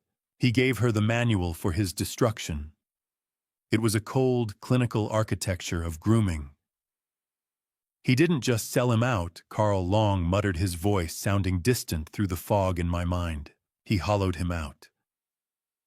I saw a recorded voicemail from Brent to Leonie, where my oldest friend laughed about how easy it was to convince Pierce that I was planning to disinherit him. How do you fight an enemy that has been living inside your son's head, whispering your name like a curse for 6 years? The rage I had carried since the fire began to transform into a devastating, heavy pity. I realized that Pierce's 6-year silence was likely enforced by Brent's narrative, a story where I was the villain and they were his only allies. I looked at transcripts of Uncle Brent telling Pierce that I spoke of him with disdain after the 2018 veto. He's 30 years old, I whispered, staring at the blurred neon city lights through the grimy window. But in their hands, he was just that abandoned baby in the box again. I was looking for a criminal, but I found a casualty. Pierce wasn't the monster under my bed. He was the child I'd left alone in the dark. Long revealed that the silver coin Leonie used to prove her identity was actually a fake. My own jeweler had flagged years ago, proving she had been planning this heist for a decade.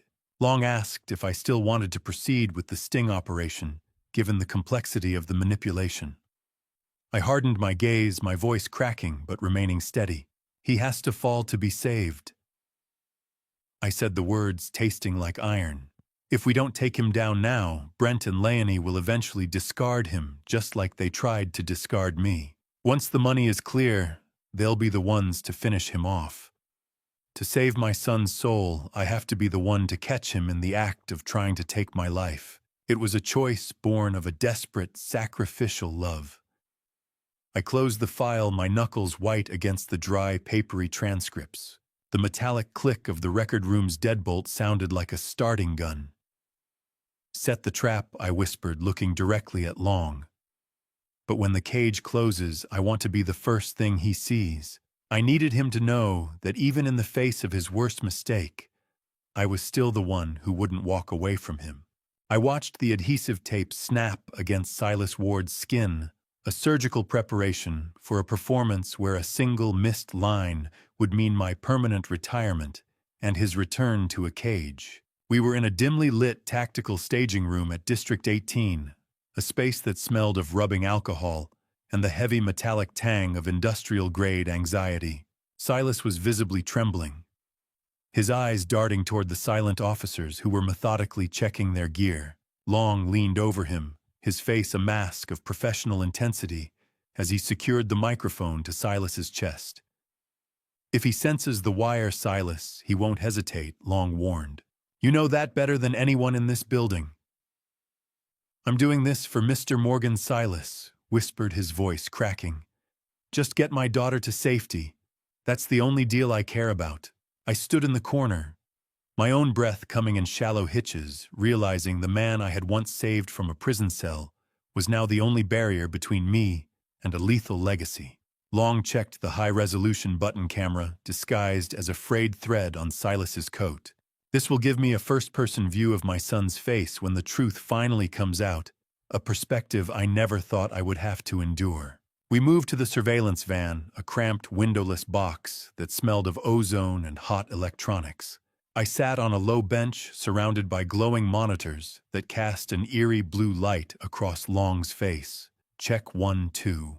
Can you hear my heart? Silas's voice came through the speakers, tinny and scratchy, accompanied by the rhythmic, heavy thump of his pulse. Loud and clear, Silas Long replied, his fingers dancing across a keyboard. Keep your breathing steady. How many fathers have sat in a windowless van praying for the recording of their son's voice to be the evidence that sends them to prison? The irony was a physical weight, a coldness in my chest that no heater could touch. Before I reveal the conversation that changed the course of my life, if you are still with me, comment A. If you think I should forgive him, or B, if he deserves the full weight of the law, and add one short reason why. A quick note, the next part includes some fictionalized details added to deepen the emotional impact and convey the core message. If you prefer strictly factual retellings, you are free to stop here. The van pulled into a narrow, oil-slicked alleyway across from the Morgan Logistics garage. I watched the digital clock on the dashboard, each glowing segment counting down the seconds to 9 p.m. The orange glow of streetlights reflected off the wet pavement outside, making the city look like it was bleeding. Silas stepped out of the secondary police vehicle 3 blocks away, a lonely, hunched figure in a heavy coat. Watching him walk toward the mouth of that garage made the metallic taste of recycled air turn bitter in my mouth. He's in position, Long muttered, his eyes glued to the screen. Everyone stay quiet. This is it. The end of the lie. The garage wasn't just a meeting spot. It was an altar, and I was the sacrifice that refused to stay dead. The monitor flickered to life, showing the grainy fisheye perspective of the garage entrance. As a pair of headlights swept across the concrete, A nondescript silver SUV pulled in, parking directly behind Silas. My heart hammered against my ribs as I realized Brent had sent his own eyes to watch the kill. The sharp, metallic click of a car door locking signaled the start of a nightmare I had prayed was a hallucination.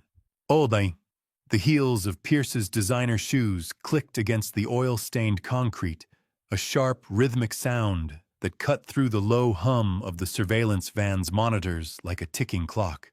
I sat paralyzed in the dark interior of the van, feeling the cold bite of the garage air through the ventilation. On the monitor, the grainy, distorted green tint of the night vision feed flickered, showing Silas standing as still as a tombstone. Pierce stepped into the frame, his face partially obscured by the heavy collar of an expensive overcoat, while the silver SUV remained idling in the background, its high beams creating long, distorted shadows that danced against the damp concrete walls.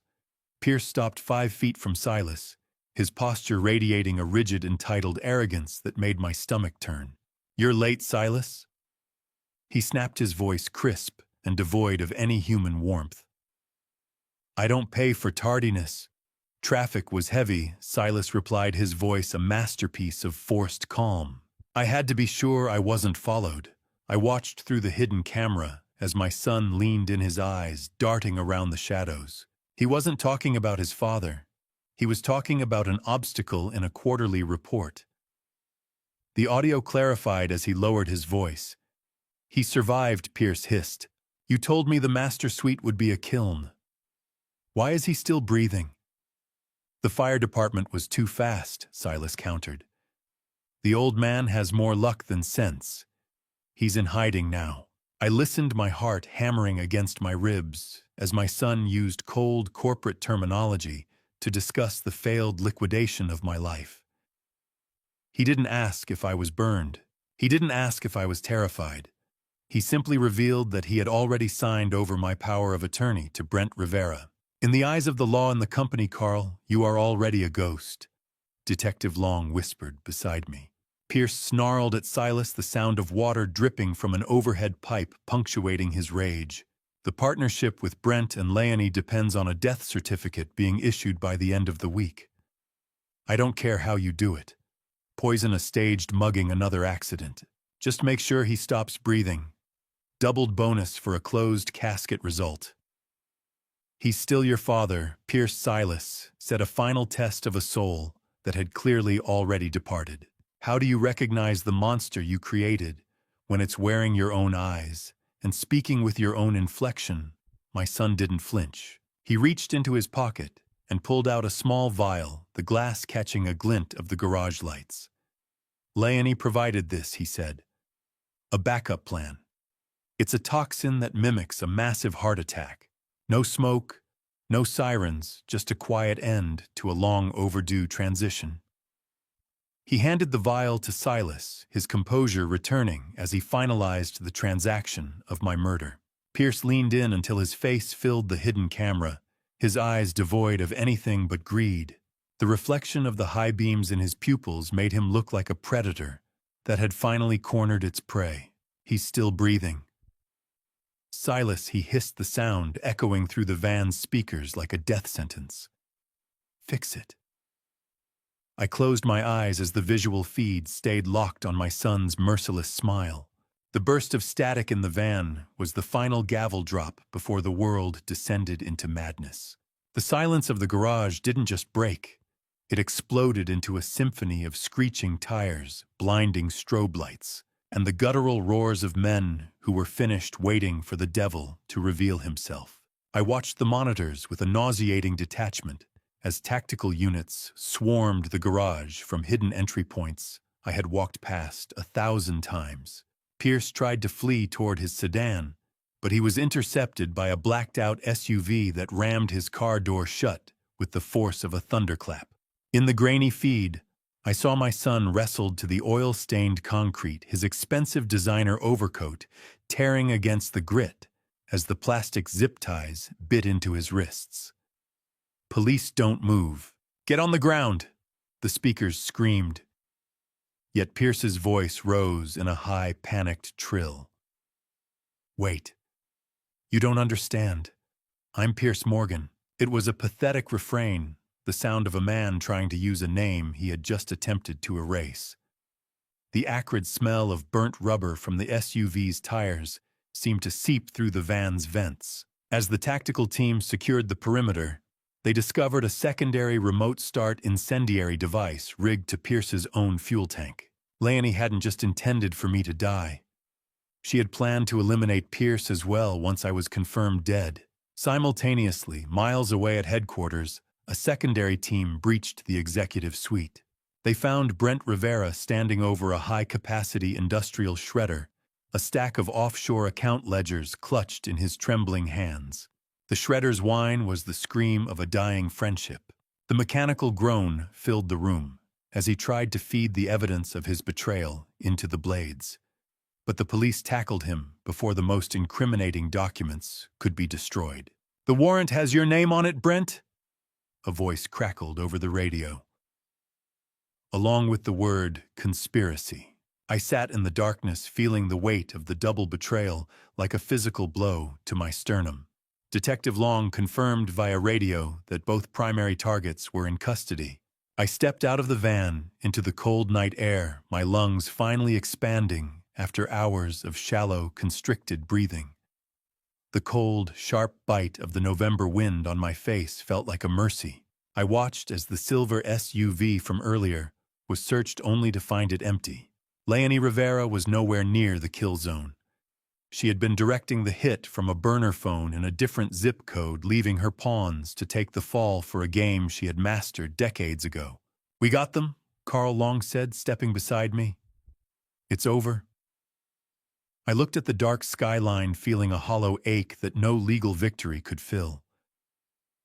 "It's not over," I replied softly. "It's just stationary. How many times can one heart break before it simply turns to ash?" I saw the rhythmic, blinding strobe of blue and red police lights reflecting off the glass of my building. Among the debris in Brent's office, the police found a half-destroyed letter addressed to Leonie detailing a plan to skip the country, together with the insurance money once the smoke cleared. I watched the flashing blue lights dance across the glass of my building and realized that while the criminals were in chains, the ghosts of our past were now the only ones left in charge. The glass doors of the precinct hissed shut behind me, sealing out the Chicago night, but trapping me in a fluorescent cage filled with the ghosts of the men I used to trust. I followed the transport vans through the heavy rain, the squeal of their tires still echoing in my mind like a dying scream. Inside, the atmosphere was a buzzing hive of industrial cleaner and cheap coffee, a scent that clung to the cold, abrasive texture of the precinct walls. I walked through the booking area, and my breath caught as I saw Brent Rivera being processed. He was stripped of his custom-tailored suit jacket, and his dignity standing there in a wrinkled shirt that looked as defeated as he did. When he saw me, he began to shout, his voice a frantic rasp that bounced off the harsh, unforgiving hum of the fluorescent lights. "Carl, look at me. I did it for the company. Pierce was going to ruin us with his debts. I had to protect our legacy." He even claimed he had been recording his conversations with Pierce for months, planning to use them as blackmail if the murder for hire ever went wrong. I maintained a stony silence, the metallic taste of adrenaline and exhaustion coating my tongue. "I'm not your partner anymore, Brent," I said, my voice as cold as the floor beneath us. "I'm just the man who survived you." Detective Long led me away from the noise and into a secure office where a team of federal agents and forensic accountants sat huddled over glowing monitors. They showed me the sprawling connection between Pierce's gambling debts and a major loan shark syndicate operating out of the South Side. It was a cancer that had been eating my family from the inside out. How do you weigh 2 decades of shared birthdays against one night of calculated murder? I didn't have an answer, only a clinical need for retribution. I want their names, their accounts, and their territory. I told them, my finger tracing the red lines on a digital map. "Burn it all down. This isn't just about your son anymore, mister." Morgan, a federal agent, said, his eyes reflecting the blue light of a spreadsheet. "This is about national racketeering. I provided my company's internal audit logs, effectively signing the death warrant for the syndicate's financial network. I watched as the agents began to issue warrants, feeling a grim satisfaction that every cent they moved was now a nail in their casket. The law isn't a scalpel, it's a sledgehammer, and I was the one swinging it at the foundation of my own life. As I finalized the legal affidavits to freeze the accounts Brent and Pierce had compromised, Long leaned in with a sobering update. The Loan Shark Syndicate had already placed a hit on Pierce for his failure to pay. The precinct wasn't just his prison. It was currently the only place on Earth where my son was actually safe. Is he ready to talk? I asked, my heart hollowing out, until I felt like a shell of a man. He's ready to scream, Carl Long replied, placing his hand on the heavy steel door handle of Interrogation Room 4. It's time. Detective Long looked at me with a pity that hurt worse than any betrayal. He still thinks he's the victim, Carl. Don't let him win. The monitors in the precinct operations room didn't just show a police action. They displayed the systematic dismantling of the parasitic world that had been feeding on my son's soul. I sat in the dim light, the weight of the digital tablet in my hand, feeling like the only anchor in a storm of shifting images. The blue flicker of tactical helmet cams cast a ghostly light over the room as I watched law enforcement teams storm a Southside social club. These were the predators who dealt in fear and high-interest misery, now being forced into the bright glare of police searchlights. One of the raid feeds showed a safe being pried open, revealing a stash of Pierce's signed promissory notes and a ledger of Brent Rivera's kickback payments. My heart sank as I realized the syndicate uncovers a chilling depth of greed. They had even taken out a life insurance policy of their own on Pierce. They intended to kill my son once they had used him to harvest my wealth. They won't be calling in any more markers tonight, Mr. Morgan. Detective Long said, the smell of cold rain on his jacket bringing the reality of the damp Chicago night into the sterile room.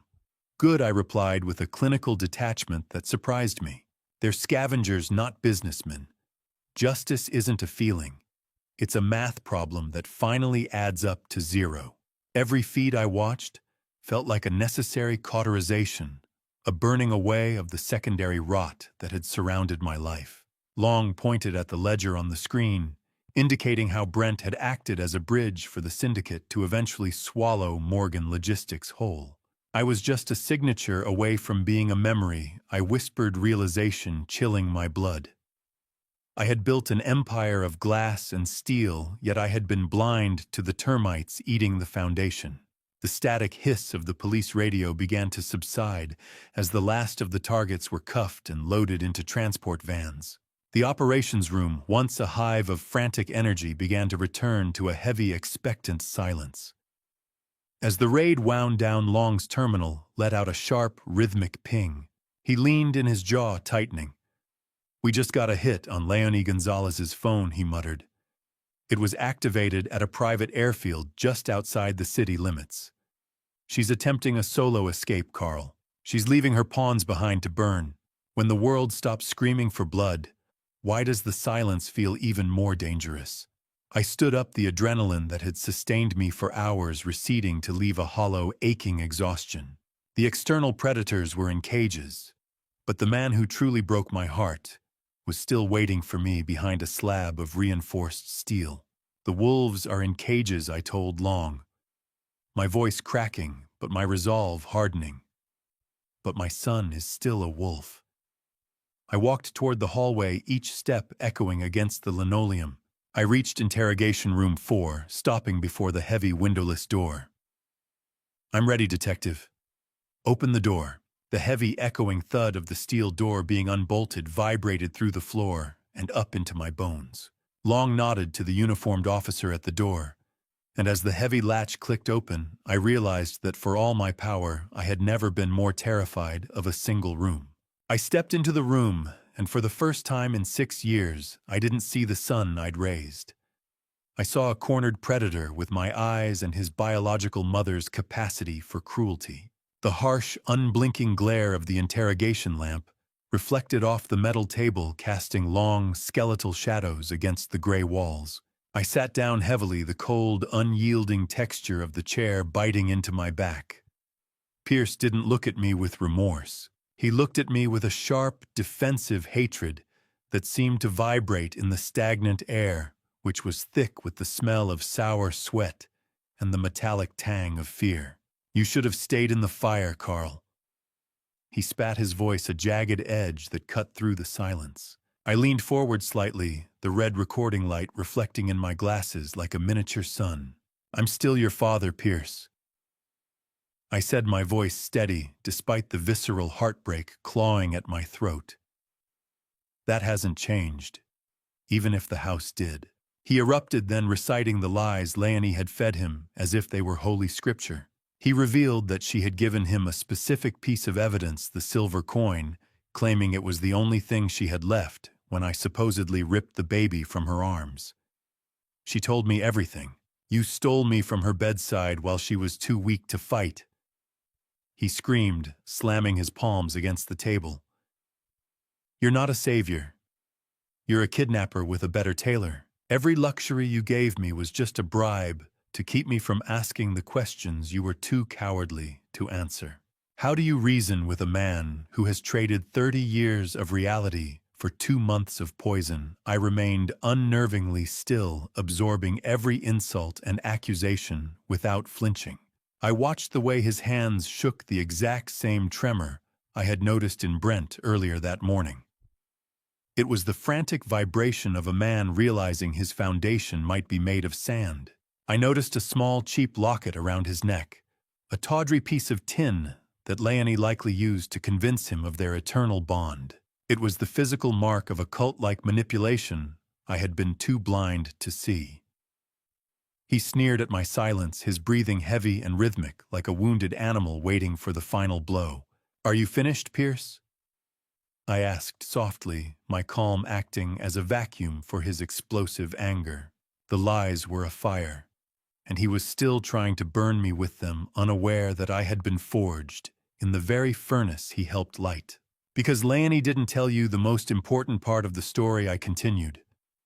I saw the flicker of doubt in his eyes, a tiny crack in the armor of his indignation. He clutched that cheap locket as if it could shield him from the truth. But the story he built his hatred on was already beginning to smoke. I leaned forward, the shadows of the room deepening around us, and reached into my pocket for the one piece of paper that would prove my son had been hunting a ghost for a woman who never existed. I needed him to see the weight of the paper, the faded ink of a truth that predated his rage. This wasn't about money or empires anymore. It was about the simple, devastating facts of a cardboard box and a cold hospital floor. I smoothed the yellowed police report onto the cold metal table, the ink from 1996, staring back at us like an unblinking eye that saw exactly what Leonie wanted to forget. The paper was brittle, the smell of old acidic paper rising between us as I forced Pierce to look at the official record of his own beginning. "She told you I was a thief, Pierce," I said, my voice dropping to a somber, hollow tone. "But this report says I was a witness." I pointed to the officer's clinical description of a discarded infant in a produce box found behind the hospital's loading dock, not a nursery or a mother's bedside. "Look at the timestamp. You had been alone in the rain next to a dumpster for 4 hours before I found you. Leonie didn't have you stolen by a billionaire. She left you because a baby didn't fit her lifestyle at 20. Pierce stared at the paper, his aggressive fire finally dying out, replaced by a sobering, cold reality. I recounted the emotional truth of that night, how I had just lost Sarah and was wandering the hospital grounds in a daze when I heard your faint cry. I described the physical sensation of picking up that damp cardboard and seeing a heartbeat in a box. "I didn't take you, Pierce. I was the only one who didn't walk away. You weren't a legacy to me then. You were just a reason to live again. The truth isn't a bandage. It's the surgical knife that cuts out the rot, and right now my son was bleeding out on the floor. I watched as he looked at the cheap silver coin he had carried like a talisman. I revealed that it wasn't a family heirloom Leonie had kept for 30 years. I found the receipt in Brent's shredded files, I explained. He bought it at a pawn shop 3 months ago just to help Leonie sell the lie. The sound of the locket's cheap metal clinking against the metal table felt like a gunshot in the absolute silence. Pierce's worldview was shattering the weight of his attempted parricide, based entirely on a grifter's fiction, beginning to crush him. She said you paid the nurses to hide the records. He whispered, a blur of tears finally filling his eyes. She said what she needed to say to get your hands on my throat, I replied. Can you imagine the weight of realizing you tried to kill the only man who ever truly chose you? I watched as the sudden, sharp drop in the room's temperature seemed to hit him, his entire body beginning to tremble. He realized that the emergency exit Leonie promised him after the fire was actually a setup to have him arrested or killed, ensuring she kept the entire insurance payout for herself while she fled from a private airfield. He was never her son. He was just her final score. Pierce reached for the locket around his neck, his fingers trembling so violently he nearly tore the chain from his throat. The arrogance was gone, replaced by a hollow, haunting realization that made him look like the abandoned child I'd found all those years ago. He looked up at me, his face a mask of total psychological collapse, and whispered one word that I hadn't heard in 6 long years. Dad. I sat perfectly still, absorbing the sound of a heart finally breaking under the weight of the truth. The word Dad didn't feel like a homecoming. It felt like a ghost limb twitching after an amputation, a reminder of a life we both could have had if greed hadn't set our world on fire. The sound of Pierce's forehead hitting the cold, abrasive metal table as he finally started to weep was a dull thud that echoed through the small room like a closing door. His facade of corporate arrogance had completely liquidated, leaving only a broken, hysterical man who looked less like a mogul and more like a frightened boy. I thought I was reclaiming my life. He sobbed, his voice muffled by the steel beneath him. But I was just throwing it away. She made the hate feel like it was the only thing I had left that was real.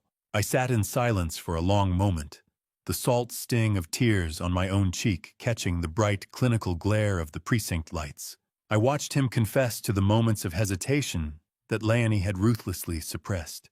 He admitted that Brent Rivera had actually offered to help him flee the country before the fire, but Leonie had blocked it. She insisted I had to die for the cycle to break. Pierce choked out. Can you love the monster while still demanding the cage stay locked?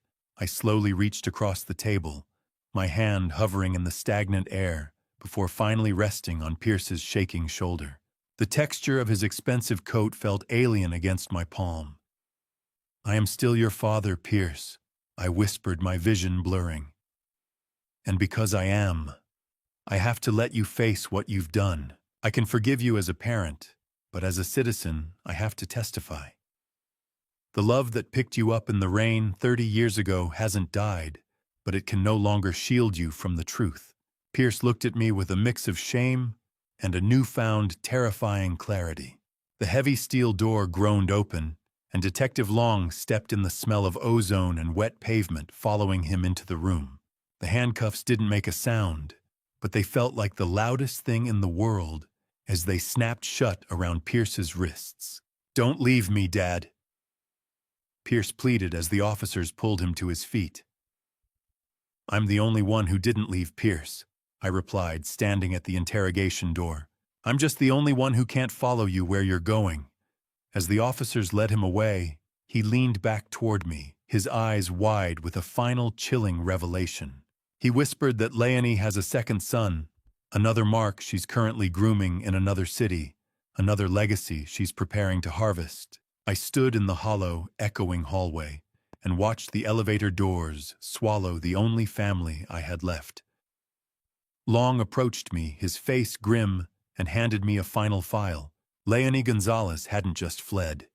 She had left behind a sophisticated digital trail leading directly to my own offshore accounts, a parting gift designed to frame me for my own son's crimes. I watched his heels click against the linoleum as he moved toward the processing desk, realizing that while I had saved the boy from the box once this time, he was the only one who could find a way back from the dark. I watched the woman who shared my son's blood walk into the courtroom, and I realized that while I had spent 30 years building a family, she had spent them perfecting the art of the harvest. I sat in the back of the Cook County Courthouse, the cold, abrasive feel of the gallery bench anchoring me to a reality I still struggled to accept. The room was grand, filled with the smell of old wood and furniture polish, but the air felt heavy and stagnant. Leonie Gonzalez entered shackled at the wrists and ankles. The rhythmic clink of her shackles was a lonely metallic sound that echoed against the high ceilings where dust motes danced in the sharp shafts of light from the windows. She wore an orange jumpsuit that made her look smaller, but the calculate's coldness in her eyes hadn't diminished an inch. She looked at the judge's bench like it was a minor inconvenience in a long career of wreckage. And when her gaze finally landed on me, she offered a smirk that felt like a physical blow. The prosecution began detailing her history, revealing a second mark. Leonie had already contacted a wealthy adopted daughter in Seattle while she was still coaching Pierce on how to burn me alive. How do you sentence a woman for the crime of hollowing out a man's heart from the inside? I listened, the metallic taste of suppressed anger coating my tongue, as they described how she used Pierce's adoption trauma as a crowbar to pry open his loyalty. Every message she sent to him was a drop of poison in a 30-year-old well, systematically turning my son into a weapon. The prosecutor presented the digital trail she left, the clumsy attempt to frame me for the conspiracy, as the final proof of her sociopathy. She didn't just want the money, Carl, I thought, staring at the back of her head. She wanted to destroy the man who took her property. As the judge prepared to hand down the maximum sentence, I watched her carefully. Her eyes weren't empty. They were just full of numbers. When she finally spoke, it wasn't to apologize, or even to defend herself. She asked only about the status of her frozen accounts, her voice clinical and detached. I realized with a sickening clarity that she didn't care about Pierce the Fire or the lives she had turned to ash. To her, this was just a failed business transaction. Is that all? I whispered to the empty space beside me. Pierce was never a son to her, just a high-yield asset that had failed to mature. She didn't lose a son today, she just lost a commission. As the bailiffs began to lead her out, she paused near my row. The smirk returned sharper this time. She leaned in and whispered a final taunt that made the blood in my veins turn to ice. She told me she wasn't the one who found Pierce. She claimed Brent Rivera had been paying her a monthly retainer for 10 years to keep her as a weapon in reserve.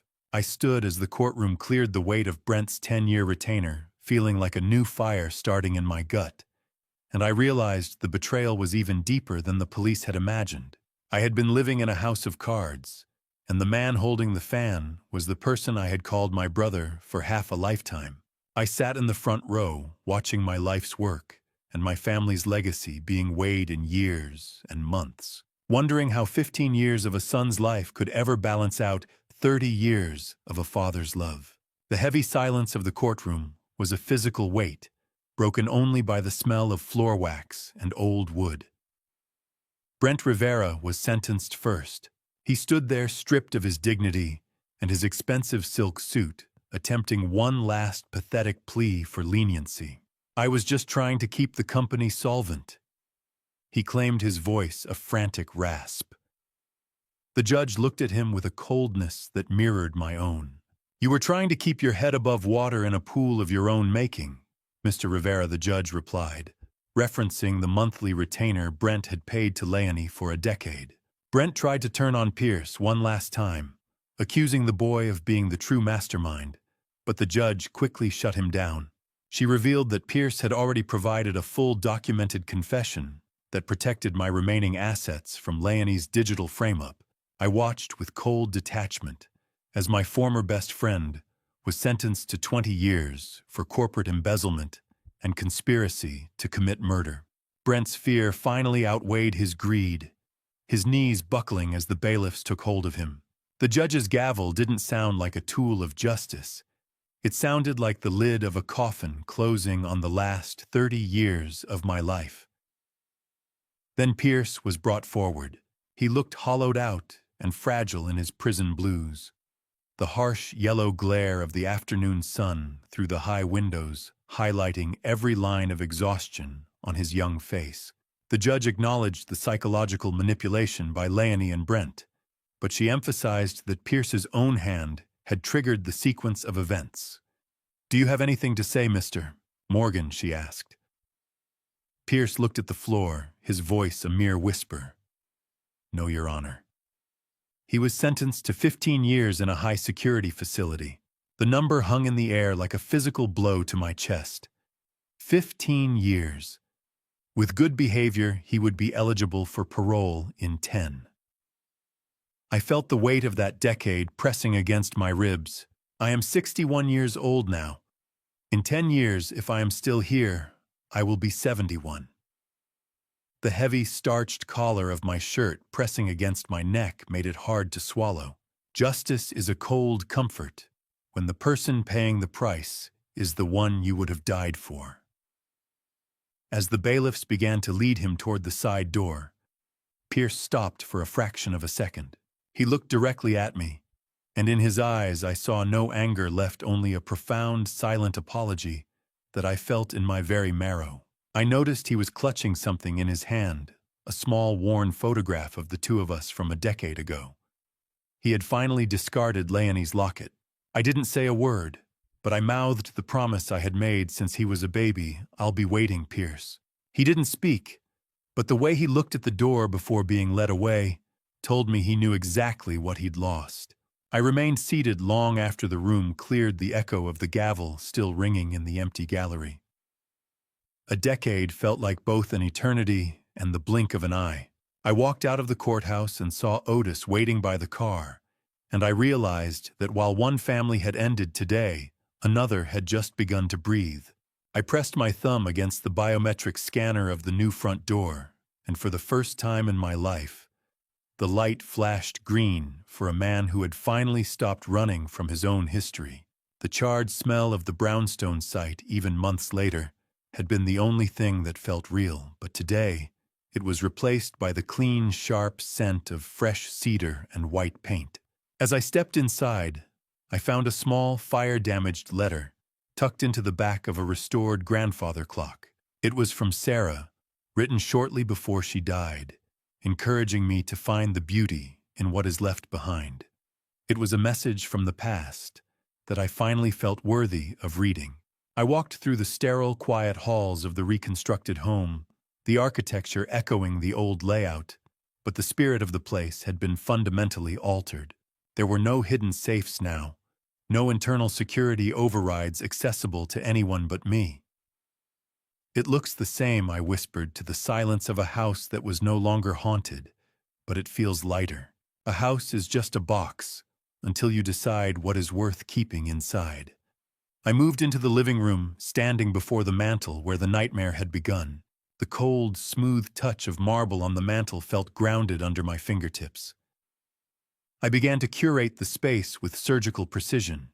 I placed the framed photo of Sarah in the center, her smile a steady anchor. Next to it, I set a small restored toy truck that Pierce had loved as a child, a relic of the boy I had raised, not the man he had become.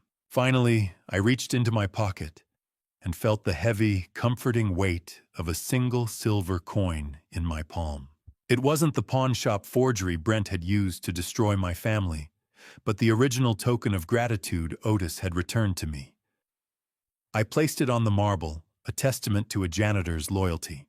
If a man loses his son but finds his soul, is he still a billionaire or just a beggar who got lucky? I looked at a photo of Brent that had survived the soot. "You stay here," I muttered, sliding the frame into a deep drawer. "You belong in the dark. I am done hoarding ghosts." I walked to the study window, the room bathed in the golden, hazy light of a Chicago sunset. Outside, I saw Otis Henderson stepping out of a car with his son. I had hired the young man to head my private security. I knew now that blood didn't guarantee protection, but shared history did. The fire didn't take everything I thought as I poured a glass of water. It just cleared the brush. The ashes are gone. The air is clear. I realized I had transferred a majority of my non-voting shares into a trust for Otis's grandchildren. My empire would no longer be a monument to my own name, but a fuel for the loyalty that had saved it. "Welcome home, Carl," I whispered to my reflection in the glass. I watched the sun set over the city, knowing that tomorrow I would visit the prison not as a victim, but as a father who finally knew how to tell his son the truth about the day he found him. The cycle of the harvest was over, and for the first time in 30 years, the ground felt solid beneath my feet. I stood at the podium in the same boardroom, where Brent and Pierce once plotted my end, looking out at a room full of people who finally saw me not as a giant to be toppled, but as a man who had learned to walk in the ash. The morning gala at Morgan Logistics was thick with the smell of expensive coffee and morning pastries, but the atmosphere was surprisingly somber. I chose transparency over corporate spin, detailing the betrayal not to shame my son, but to explain why we were pivoting away from ruthless expansion. I revealed that the funding for our new direction comes directly from the liquidated assets of Brent Rivera and Leonie Gonzalez, essentially turning the conspirators' greed into the community's grace. Our legacy isn't built on what we take, but on what we refuse to let go of. I told the board the bright, clinical reflection of the boardroom table shimmering beneath the lights. From this day forward, Morgan Logistics doesn't just move freight. We move the needle on mercy. I announced a multi-million-dollar endowment aimed at legal and medical assistance for families in the South Side, the very community that birthed the men who saved my life. After the speech, I retreated to my private office for a meeting that meant more to me than any merger. Otis and Silas were waiting, and the air between us was heavy with a shared, silent history. I presented Otis with the deed to a new home and a senior advisory role. "You saved me from a fire, Otis. It's only fair I save you from the rent," I said, feeling the warm, steady weight of a handshake from a man who had been my guardian in the dark. If the man who has everything finally gives it away, does he become empty, or is he finally full? I turned to Silas, offering him the leadership of a new security firm, fully funded and vetted by Detective Long. "I'm not giving you a job, Silas. I'm giving you a fortress for your family," I promised. It was a legitimate path for him to protect the daughter he almost lost. Later, I sat with my legal team to sign the charter for the Foundations for a Second Chance. The scratch of a fountain pen on heavy parchment was a rhythmic, comforting sound in the quiet office. The program was designed to identify and support abandoned talents, the ones the system usually ignores. "I want to find the babies in the boxes before they grow up and decide to set the world on fire," I instructed my attorneys. "Make sure the criteria are broad. We're looking for heart, not just history." I realized that the cardboard box I was found in wasn't a death sentence. It was the start of a lineage of survivors. The ink on the page was black, but it felt like light. As I finished the signing, Otis leaned in his voice a low rumble of affection. He revealed that his son's middle name is Carl, a secret he had kept for 5 years. It was the final proof that our bond was always family even before the first spark flew. As I handed the final signed document to my attorney, the vibrating hum of a phone against my wooden desk broke the silence. My phone buzzed with an incoming collect call from the state penitentiary, the one call I had been waiting 6 months to take. My breath caught in my throat as I reached for the device, knowing the final debt was about to be addressed. The voice on the other end of the line was thin, stripped of the arrogance that once filled my boardrooms, sounding more like the echo of a ghost than the man who had tried to turn me into one. I pressed the phone to my ear, listening to the static, heavy hum of a prison phone line that served as the only umbilical cord left between us. I had spent several weeks waiting for this moment, steeling myself for anger or silence, but the reality was far more fragile. "I don't expect you to forgive me," Dad Pierce whispered. I wanted to hear a voice that wasn't a lie. I looked down at the documents for my new foundation, realizing that the work of rebuilding a son from the rubble of a betrayal had only just begun. I have set up a secret educational trust for Silas Ward's daughter as part of my new scholarship fund, ensuring that the former hitman's difficult sacrifice resulted in a legitimate legacy for his own child. It was a private act of mercy that mirrored the public ones I was now performing daily. "I'll send the book you asked for, Pierce," I said, my voice thick with a pensive weight. "I'll send whatever you need to find yourself again." In the weeks that followed, I established a new daily rhythm that revolved around redemption and the scent of fresh ink on high-quality stationery. My mornings were spent in the study where the rhythmic ticking of the grandfather clock in the hall provided a steady cadence to my work. I sat at my desk feeling the cool, smooth texture of scholarship certificates for the children of incarcerated parents. A scholarship isn't a gift, I reminded myself. It is an investment in a future that wasn't supposed to happen. Time in a prison cell is a slow drip of acid, but out here it's the steady beat of a heart that refused to stop. Every Tuesday I committed myself to a discipline of memory. I wrote letters to Pierce detailing the mundane beauty of the garden growing back, or the way the Chicago wind felt against the new glass of the brownstone. I was choosing to share the small parts of a life he nearly destroyed, to ground him in a reality he had once forsaken. "I am writing to tell you the garden is blooming." I wrote the scratch of my pen, the only sound in the room. "It's growing back just like we are." As spring turned to early summer, I found myself standing before a discreet calendar in my study. I looked at the release date circled in red, calculating the 10-year horizon. I would be 71 years old when those gates finally opened. I didn't lose a son. I just put him in a very expensive, very secure waiting room.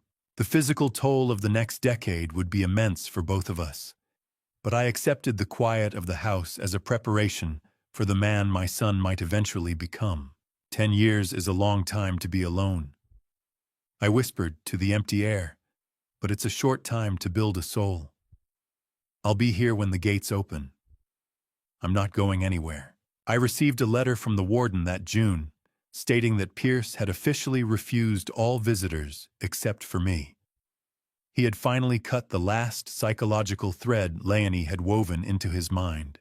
I looked at the empty chair across from my desk and realized that for the first time in 30 years, I wasn't protecting a secret or a company. I was simply waiting for my family to come home.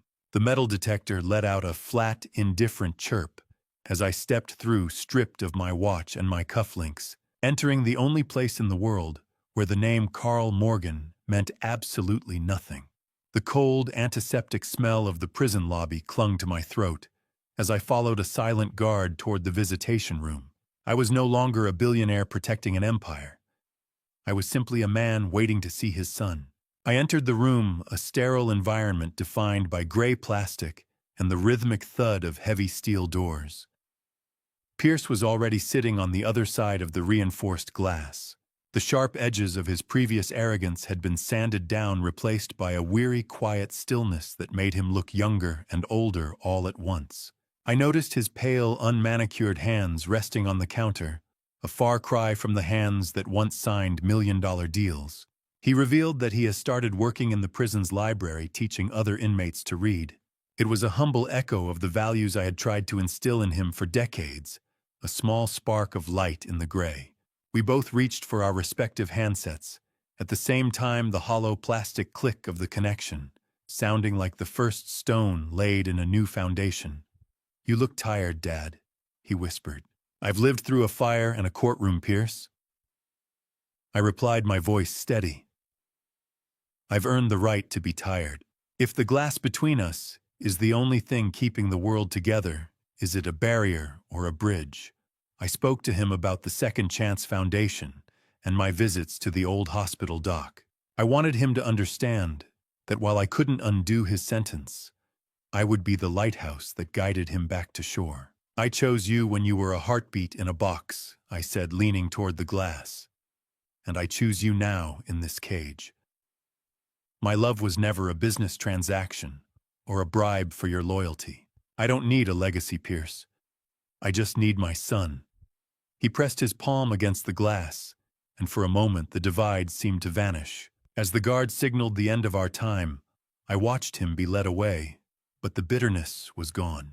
I walked back to the parking lot, feeling the warmth of the afternoon sun on the steering wheel as I began the drive home. Choices aren't made in the light. They are forged in the dark. I reflected on the nature of our lives. How Leonie chose to leave, Brent chose to betray, but Otis and Silas chose to protect. We are not defined by the boxes we are found in, but by the hands we choose to hold when the fire starts. We are the sum of the people we choose to save. The fire is out, but the light is just beginning. I didn't drive back to the brownstone immediately. Instead, I pulled up to a simple, quiet diner on the south side. I sat at a corner table with Otis, sharing a meal in a silence that was finally comfortable. The man who had everything finally found what he actually needed.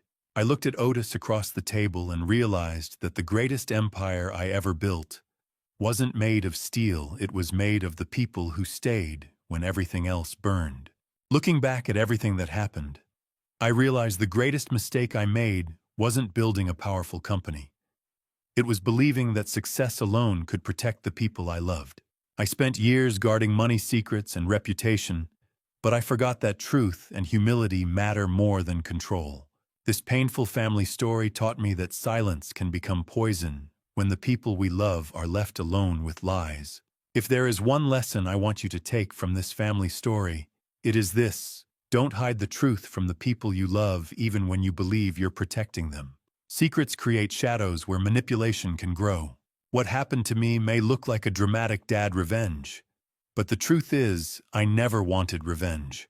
I wanted my son to find his way back before hatred destroyed him completely. Sometimes life turns into a dad revenge story, not because a father seeks vengeance, but because he refuses to abandon his child to darkness. This family story reminds me that loyalty is not measured by blood alone, but by the people who stand beside you when everything burns. And through all of it, I believe God allowed me to walk through this fire, so I could understand that mercy is stronger than anger. In the end, this wasn't just a story about betrayal. It became a quiet dad revenge against despair itself. Thank you for staying with me until the end of this journey. Please share your thoughts in the comments. What would you do if you were in Carl's position, facing a betrayal like this from your own child? I would truly value hearing your perspective. If this story moved, you consider subscribing so you don't miss future stories of justice and redemption. A gentle note: while this narrative draws inspiration from real-life themes about family conflict and trust, certain elements were dramatized for storytelling purposes. If this type of story isn't for you, feel free to explore other videos that may suit you better.